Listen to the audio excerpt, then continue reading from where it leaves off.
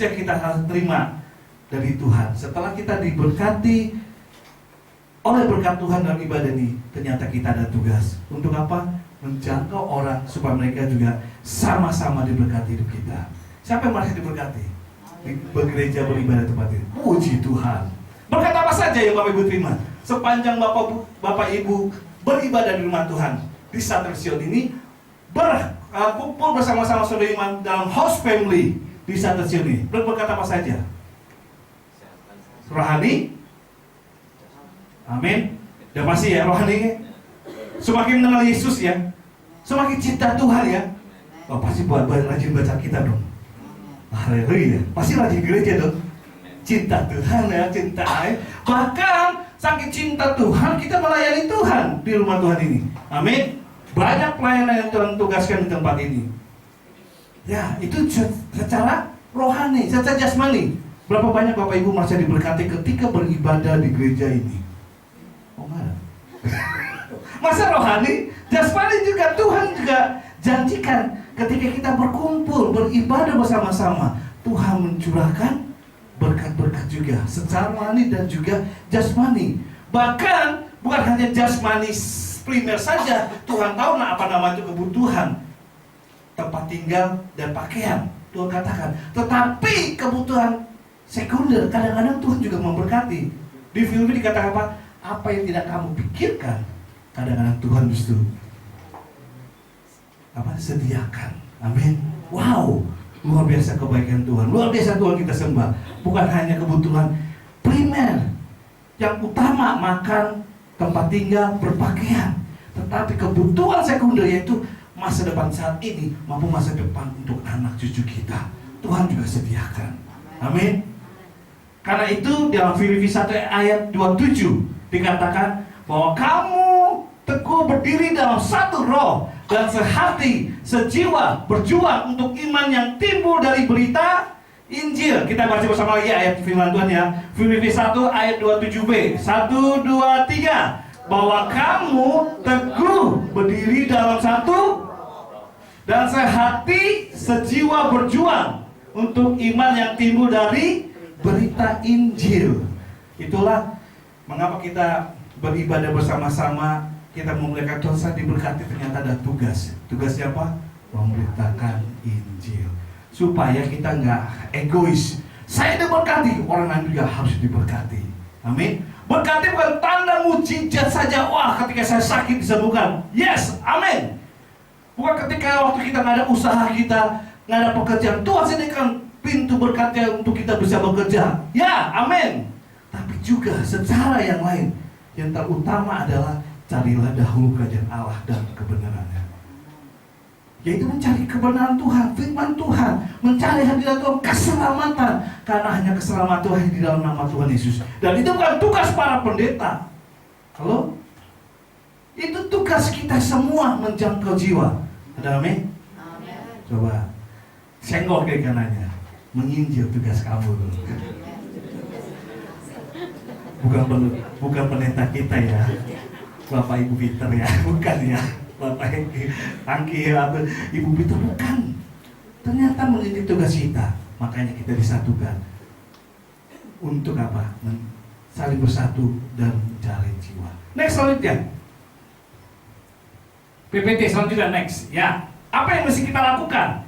Nah, bagaimana kita menjangkau orang secara bersama? Ya, kita belajar dari peristiwa tentang orang lumpuh yang disembuhkan di dalam Markus 2 ayat 1 sampai 12.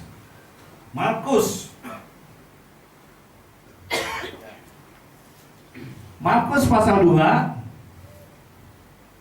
Boleh ayatnya ya. Markus pasal 2 ayat 1 sampai 12. Orang lumpuh disembuhkan. Saya akan baca buat Bapak Ibu. Atau kita baca bersama-sama ya, supaya kita sering membaca kitab. Saya ayat 1, Bapak Ibu ayat 2. Selanjutnya kita baca bergantian. Markus pasal 2 ayat 1 sampai 12. Ya. Markus pasal 2 ayat 1 berkata, Kemudian sesudah lewat beberapa hari waktu Yesus datang lagi ke Kapernaum, tersiar kabar bahwa ia ada di rumah. Silakan. Maka datanglah orang-orang berkumpul sehingga tidak ada lagi tempat, bahkan di dalam tempat itu tidak. Sementara ia memberitakan firman kepada mereka. Ada orang-orang datang membawa kepadanya seorang lumpuh digotong oleh 4 orang. Tetapi mereka tidak dapat membawanya kepadanya karena orang banyak itu. Lalu mereka membuka atap yang di atasnya. Sesudah berbuka mereka menurunkan tiang tempat orang lumpuh itu berbaring. Ketika Yesus melihat iman mereka, berkatalah ia kepada orang lumpuh itu, "Hai anakku, dosamu sudah diampuni." Tetapi di situ ada juga duduk beberapa ahli Taurat. Mereka berpikir dalam hatinya, Mengapa orang ini berkata begitu? Ia menghujat Allah. Siapa yang dapat mengampuni dosa selain daripada Allah sendiri? tetapi Yesus segera mengetahui dalam hatinya bahwa mereka berpikir demikian. Lalu ia berkata kepada mereka, "Mengapa kamu berpikir begitu dalam hatimu? Manakah lebih mudah mengatakan kepada orang lumpuh ini, dosamu sudah diampuni, atau mengatakan, bangunlah, angkatlah tilangmu dan berjalan?" Tetapi supaya kamu tahu bahwa di dunia ini Anak Manusia berkuasa mengampuni dosa. Berkatalah ia pada orang lumpuh itu, Kepadamu kukatakan, bangunlah, angkatlah tempat tidurmu dan pulanglah ke rumahmu. dan orang itu pun bangun, segera mengangkat tempat tidurnya dan berdiri keluar ke hadapan orang-orang itu, sehingga mereka semua takjub, lalu memuliakan Allah, katanya, "Yang begini belum pernah kita lihat." Wow, kata bersama seperti ini, pernyataannya, yang begini belum pernah kita lihat. 1, 2, 3. Yang begini belum pernah kita lihat. Wow. Bapak Ibu, waktu peristiwa ini ada diceritakan, Yesus itu pada waktu dalam perjanjian baru dia datang sangat-sangat fenomenal dan sangat viral. Apa saja yang dilakukan? Kebanyakan orang melihat Yesus itu super hebat. Kenapa? Pasal 1 katakan Yesus sudah menyembuhkan orang penyakit kusta. Yesus mengusir orang dari setan dan menyembuhkan berbagai penyakit. Dan ketika Yesus mau mengajar, sehingga banyak orang berdatang untuk melihat perbuatan keajaiban apa lagi yang akan Yesus praktekkan, demonstrasikan. Dan di situ ketika mereka sedang asik-asiknya menerima, ingin melihat perbuatan ajaib yang Yesus lakukan, dan juga pengajaran Yesus yang sangat-sangat beda dengan ahli-ahli Taurat dan Farisi, sangat-sangat yang mengademkan hati dan juga menyenangkan jiwa, yaitu tentang kerajaan Allah. Dan ketika asiknya Yesus mengajar tentang Injil kerajaan Allah, di situ tiba-tiba datanglah orang lumpuh bersama 4 orang kawannya. Kita melihat mereka sangat mau masuk ke tempat gedung pertemuan bait Allah itu. Gak cukup. Apa mereka lakukan? Yang mereka lakukan adalah mereka bersepakat bersama datang naik atas supaya bisa melihat Yesus dan supaya orang lumpuh ini bisa masuk ke dalam. Mereka bongkar di situ. Jadi bukan hanya kalau atas itu istilahnya apa? Seng-seng apa dia bongkar. Jadi bukan hanya dilobangi, dibongkar supaya orang masuk itu panjang. Bayangin kalau tingginya 2 meter misalnya orang tersebut, 1 kali 2 meter. Bongkar itu panjang, kan cukup panjang juga kan, 2 meter, 1 meter, untuk 2 meter 2 kali 2 supaya lebar masuk ke dalam karena bersama tilangnya. Mereka bongkar, mereka turunkan untuk supaya apa? Orang lumpuh ini berjumpa dengan Yesus. Kenapa mereka mau berbuat itu? Yang pertama kita pelajari supaya kita bisa menjangkau orang secara bersama, bisa memberitakan Injil dan mukjizat terjadi adalah melalui iman kepada Yesus ada mukjizat. Amin. Orang berbondong-bondong ingin berjumpa Yesus karena mereka ingin melihat mukjizat. Ya, semua dia awal dengan kata percaya. Walaupun percaya mereka itu tulus atau tidak, hanya mau menerima mukjizat doang tapi belum menerima Yesus sebagai Tuhan dan Juru Selamat, tidak masalah. Yang penting mereka melihat percaya bahwa Yesus bisa melakukan segala mukjizat. orang sakit disembuhkan, bahkan orang kusta itu penyakit sangat langka. Kalau di sini penyakit yang belum pernah disembuhkan, penyakit apa namanya? AIDS ya, belum ada obatnya. Nah saat itu penyakit kusta udah pasti dikucilkan, dikuatkan, tapi Yesus bisa menyembuhkannya. Orang kena kerasukan setan bisa badan bisa panas, bisa demam panas, dan juga bisa bergelintingan kemana-mana saja. Bisa Yesus sembuhkan. Dan apalagi cuma orang yang lumpuh, Yesus bisa berani melakukan mujizat tersebut. Kenapa? Mereka percaya ada kuasa dalam diri Yesus. Langkah pertama kita untuk menjangkau orang bisa beribadah di sini, orang bisa melihat Yesus, adalah kita percaya kepada Tuhan. Iman yang ada dalam diri mendorong kita itu untuk datang pada Yesus dan memohon belas kasihannya. Dengan iman kita menjalani kehidupan tanpa ragu dan berserah kepada Tuhan. Semua diawal dengan iman. Amin. Kata bersama, iman kepada Yesus. Haleluya. Karena iman kepada lain ada juga, tapi iman kepada Yesus, iman itu kepercayaan.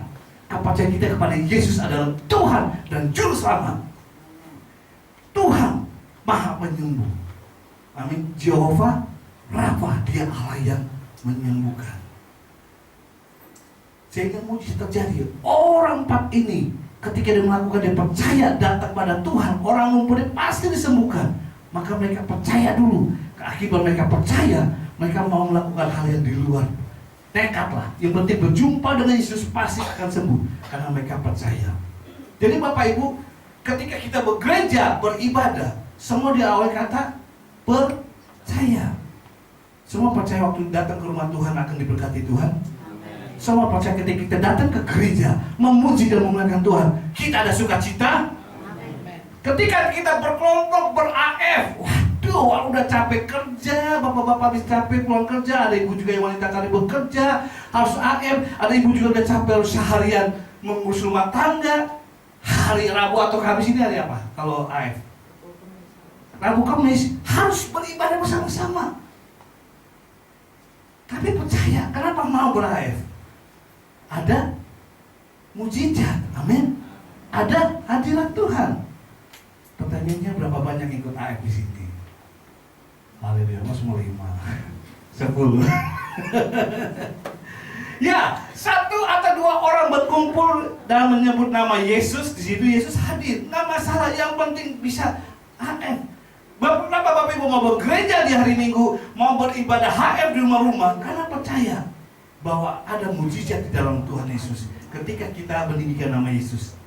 Nah, ketika orang membuka pintu rumahnya untuk dipakai memuliakan Tuhan, saya percaya Tuhan akan memberkati rumah tersebut. Amin. Berapa banyak rumah yang, Pak, saya bersedia dipakai untuk buka AF di rumah? Ada? Oh, banyak ternyata. Nah, cuma gereja doang ya. Kita mau, bukan hanya kita dalam masuk gereja kita diberkatikan ada hadirat Tuhan ketika kita memuliakan Tuhan, tapi kita mau di rumah tangga kita masing-masing ada hadirat Tuhan, ada sukacita Tuhan. Kalau kita membuka pintu rumah kita untuk ber-AF. Memang kalau kita pikir, sepertinya gereja ini bikin program mencapaikan jemaat ya. Wong rumahku aja sempit, kecil, AF-nya harus 10-20 orang misalnya. Jadi berapa satu orang? Kalau bikin AF berapa orang hadir? 11. Wah, lumayan. 17 lebih banyak lagi. Langsung jaga minumnya, snack makannya. Nggak ada subsidi lagi di gereja. Udah capek buka pintu, harus bersih-bersih, siapa makan dan minumannya. Benar Bapak Ibu, memang capek, tapi percaya gereja tidak merepotkan untuk itu. Ketika Bapak Ibu dengan sadar kalau saya membuka AF, toh gereja nggak juga harus ada makanan, betul? Harus ada minuman. Kalau ada puji Tuhan, nggak ada. Yang penting kumpul, mangan orang mangan, yang penting ngumpul. Ngumpul ngapain? Dengan tujuan memuliakan Tuhan. Dengan tujuan kita bersahati berdoa supaya kita diberkati. Dan percaya apapun yang Bapak Ibu lakukan untuk Tuhan tidak akan pernah sia-sia. Amin. Kita melakukan pekerjaan Tuhan, bukan pekerjaan manusia. Gereja adalah program Tuhan. Ketika kita beriman melakukan kegiatan di gereja, apakah itu dalam Mulai dari mimbar suci ini, WL singer, pemusik, sampai terima tamu atau yang mengajar sekolah minggu, LCD, operator, semua Tuhan perhatikan hal yang kecil. Menyambut selamat datang pagi Bapak Ibu, puji Tuhan, mari masuk. Kita akan diberkati Tuhan pada pagi hari ini. Dengan asal kita terimanya dengan sukacita. Senang banget Bapak Ibu? Senang ya? Senang. Karena kita disambut dengan sukacita. Dan sama juga ketika kita berada di rumah juga. Bukan karena saya mempromosikan gitu ya. Tapi memang itu program gereja. Jumatnya doa, minggunya ibadah raya, Rabu atau Kamisnya kita berada. Kita percaya. Kenapa kita buka pintu rumah? Kita pengen diberkati. Kenapa kita mau mengumpulkan saudara seiman? Karena saya merasa diberkati, saya juga mau memberkati saudara seiman. Dengan caranya, ya kita kumpul-kumpul. Wes ada, walaupun hanya gorengan atau nggak ada, yang penting kita ngumpul, kita bisa mendoakan. Dan saya percaya Tuhan akan memberkati. Amin. Dimulai dengan apa? Kata percaya. Seorang yang mau menikah, seorang anak mau meninggalkan orang tuanya, biasa putih tinggalkan orang tua untuk bersatu dengan orang yang dia cintai. Kenapa? Dia mau tinggalkan orang tua dan bersatu dengan calon suaminya. Kenapa?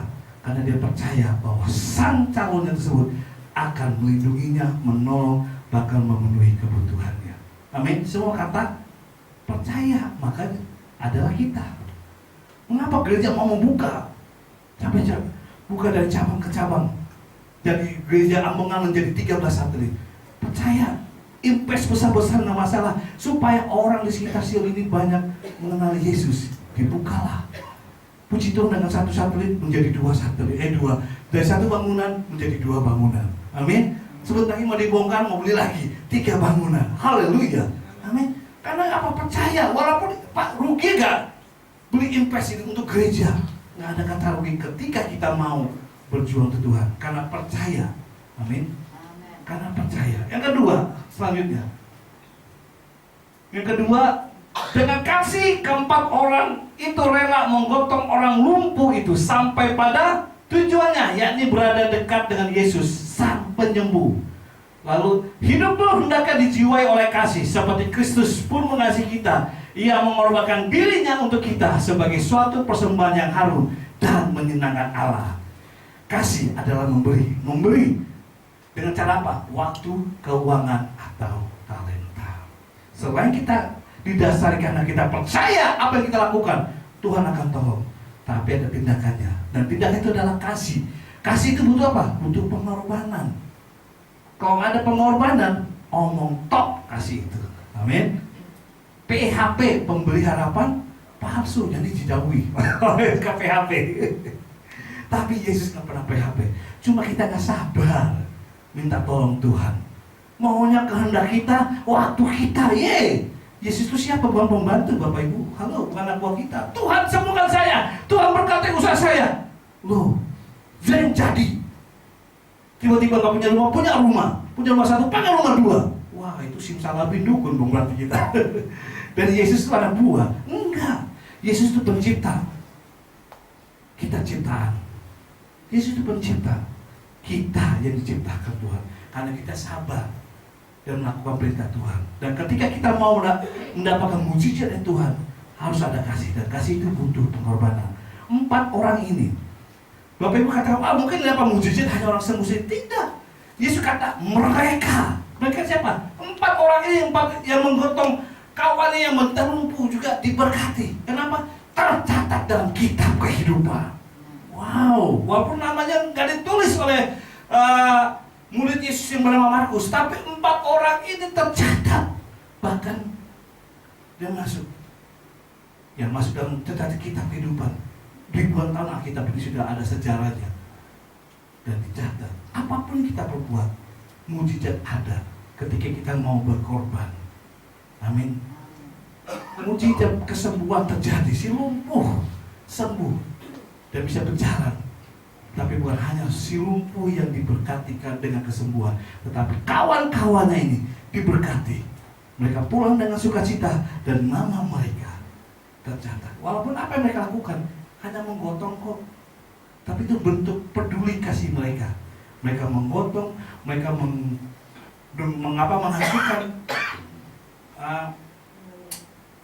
rumah, atapnya, lalu mereka menurunkan dengan tenaga mereka. Apa yang bisa kita lakukan untuk Tuhan, untuk gereja ini? Kalau puji Tuhan, Bapak Ibu punya talenta, mari kita berikan. Bisa menyanyi, bisa main musik, pakailah. Supaya kita ada terima kasih Tuhan, saya bisa musik, saya bisa menyanyi. Itu karena Tuhan. Amin. Ada Bapak Ibu yang menyanyi karena les vokal? Ada? Ya puji Tuhan, kalau bisa les vokal. Yang pemain musik? Les musik sini? Ada? Wow. Apakah itu? Saya bisa sendiri, oh bapak saya pemusik, maka saya pemusik. Ada begitu? Enggak juga kan? Tetapi kalau bisa main musik, itu anugerah Tuhan. Ada tujuannya supaya kita menjadi berkat. Dan disitulah kita saling melayani. Antara pemusik dengan singernya, dan pemusik dengan juga dengan gereja, dengan jemaatnya. Jemaat juga disambut dengan asegriternya. Dan supaya jemaat ini orang tua nyaman. Ada guru-guru sekolah minggu yang supaya anak-anaknya bisa terlayani juga. Semuanya saling melayani. Artinya semua saling berkorban sehingga mujizat terjadi. Mujizat secara rohani dan juga mujizat secara jasmani. Saya percaya selama Bapak Ibu beribadah di gereja ini, ikut House Family program gereja apapun, pasti hidup kita ada sesuatu, ada perubahan dalam kita. Amin. Dari bergumul soal sakit, tiba-tiba Tuhan sembuhkan. Bergumul soal ekonomi, nggak punya rumah, dikontrakan, puji Tuhan. Nggak punya kendaraan, minimal punya kaki untuk berjalan, tapi Tuhan kasih juga sepeda. Dari sepeda bisa sepeda motor, dari sepeda motor bisa punya mobil. Bapak Ibu merasa bahwa itu karena berkat Tuhan? Anak-anak yang biasa-biasa saja, tapi karena bapak ibunya rajin beribadah di sini dan mendoakan anak-anaknya, dan anak-anak diberkati dengan cara pintar dan bahkan bisa kuliah dan bahkan bisa bekerja dengan baik. Kenapa? Karena bapak dan ibunya beribadah di rumah Tuhan. Bukankah itu mujizat Tuhan? Berapa banyak dari kita merasa diberkati ketika beribadah di rumah Tuhan ini? Amin. Berarti Bapak Ibu meyakini nggak sia-sia kita beribadah di sini. Ayo beritahu kiri kanannya, kita nggak sia-sia beribadah loh di sini. Amin. Beritahu haleluya, karena itu rajin beribadah supaya kita tetap diberkati Tuhan. Dan ketika kita diberkati, jangan lupa saudara kita yang nggak beribadah, mari kita cari. Apakah itu anak kita saat ini ada di mana? Lagi main sepak bola mungkin, atau lagi lari jogging. Ya kalau nggak bisa pagi, ajak ibadah sore, atau karena ada arisan kayak ke kumpulan rumah tak, ya sorenya aja masalah, datang beribadah hari Minggu dan hari Rabunya HF supaya bisa terkoneksi satu dengan lain. Cuma hari Minggu doang mungkin kita hanya ya say hello saja, tapi ketika di hari Rabu kita berinteraksi satu dengan lain. Apa kabar Bapak Ibu? Bagaimana hari Minggu kemarin? Diberkati Tuhan? Bagaimana ketika melakukan firman Tuhan kita dengan hari Minggu? Apa yang Bapak Ibu dapatkan? Monggo saksikan. Sekarang kan kesannya nggak harus berkhotbah, harus membagikan apa yang kita dengar, apa yang kita nikmati di hari Minggu itu, dan kita bagikan, sharing di hari Rabu atau Kamis ya, yaitu House Family. Amin. Itu kita akan melihat dan kita percaya kalau hidup kita diberkati, kalau gereja kita diberkati, hidup kita pun akan diberkati. Maka apa kita ngomong waktu? Waktu cuma 2 jam, tapi manfaatnya yang pertama kekekalan, manfaat kedua adalah selama di bumi, pemeliharaan, pertolongan, penghiburan dari Tuhan tetap ada. Karena itu kita berkumpul, beribadah bukan hanya tujuan untuk diri kita saja diselamatkan dan diberkati, tapi ada tujuan juga melalui program gereja supaya kita juga menjangkau jiwa, bersaksi bagi orang. Mulai dari keluarga kita dahulu, yang saat ini anak kita entah di mana, suami kita ada di mana, istri kita entah ada di mana. Mari ajak mereka datang ke sini. Melalui apa? Doa kita, melalui apa? Gaya hidup kita. Ketika kita beribadah, kita ada sukacita dalam rumah kita, dalam keluarga kita. Karena ada kita mau beribadah di rumah Tuhan hari Minggu. Bawa mereka, jangan biarkan mereka terhilang. Sudah terhilang, nggak diberkati Tuhan. Karena Tuhan katakan apa? Jadi baik kita tidak akan sia-sia ketika kita dekat kepada Tuhan. Tuhan sangat dekat kepada kita. Dan ketika kita jauh pada Tuhan, Tuhan mau dekat. Cuma Tuhan gak mau memaksa karena kita punya kehendak bebas. Mengapa? Sama-sama beribadah, tapi berkatnya kok beda. Yang satu cepat, dalam 1 tahun tiba-tiba diberkati usahanya, pekerjaan rumah tangganya. Yang satu lambat. Cara Tuhan adalah cara Tuhan, jadi bukan cara kita. Waktu Tuhan bukanlah waktu kita. Kalau saat itu memang dibutuhkan, Tuhan kasih pertolongan. Tapi saat itu kita harus melalui proses. Ya, nikmati proses tersebut. Proses pertolongan Tuhan. Ada Tuhan kasih secara instan, ada secara proses. Yang terpenting bukan instan atau prosesnya. Yang terpenting adalah bagaimana kita tetap memuliakan Tuhan, tetap bergantung pada Tuhan. Amin. Hidup ini semakin susah. Ingat prediksi Bapak Joko Widodo, para menteri tahun 2022 yang lalu, bahwa saat ini masa sulit.